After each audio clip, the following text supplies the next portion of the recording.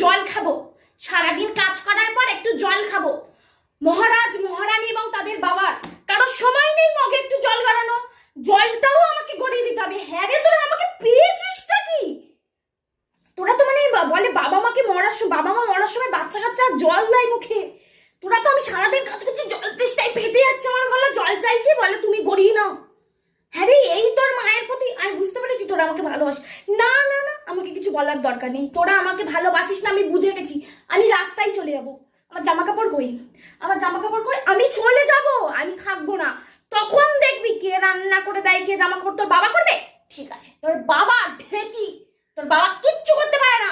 আমি সামান্য একদিন অসুস্থ হলে একটা আলু শুদ্ধ ভাত করে খাওয়াই না, তোদের ঢেকি কাজ করে দেবে। ঠিক আছে, আমি চলে যাই, বুঝবি। আর তোর বউ আসুক, মার ওপর জ্বালাচ্ছিস, বউ তোকে জ্বালাবে। এখনকার মেয়েগুলোকে পদ্মাটাকেও এ করিস, ফেলে দেবো, সব ফেলে দেবো।